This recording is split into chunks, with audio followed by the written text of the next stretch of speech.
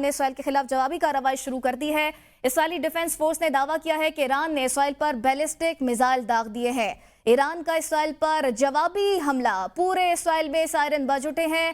تل ابیب میں دھماکوں کی آوازیں سنی گئی ہیں، یروشلم میں بھی دھماکوں کی آوازیں سنی گئی ہیں۔ تل ابیب دھماکوں سے لرز اٹھا، شہریوں کو بنکرز میں پناہ لینے کی ہدایت کر دی گئی ہے۔ ایران کا 2 طیارے مار گرانے، خاتون پائلٹ گرفتار کرنے کا دعویٰ سامنے آیا ہے۔ ایران یہ دعویٰ کر رہا ہے کہ اسرائیل کے 2 طیارے مار گرائے ہیں۔ آپ کو بتائیں کہ پورے اسرائیل میں سائرن بج اٹھے ہیں، دھماکوں کی آوازیں بھی سنی گئی ہیں اور 150 سے زائد میزائل داغ دیے گئے ہیں۔ آپ کو بتائیں کہ ایران نے اسرائیل پر جوابی کارروائی کا آغاز کر دیا ہے۔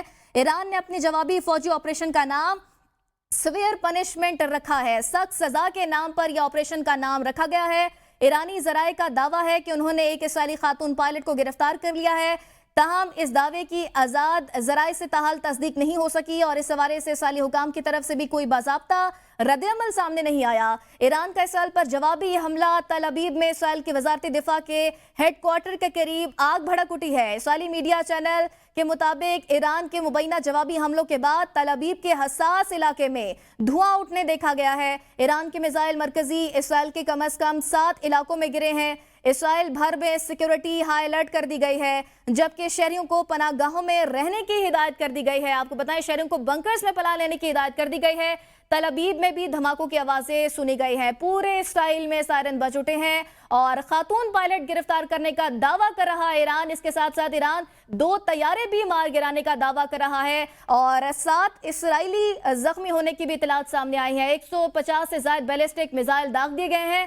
اسرائیل نے ایران پر یہ جوابی حملہ کیا ہے۔ اسرائیل نے واضح کر دیا تھا کہ ہم اس کا جواب ضرور دیں گے، ایک شہید کے خون کا بدلہ لیا جائے گا، اور ایران نے یہ کر دکھایا کہ اسرائیل پر حملہ کر دیا ہے اور ان کے بہت سارے تنصیبات کو نشانہ بنایا گیا ہے اور 150 سے زائد میزائل داغے گئے ہیں۔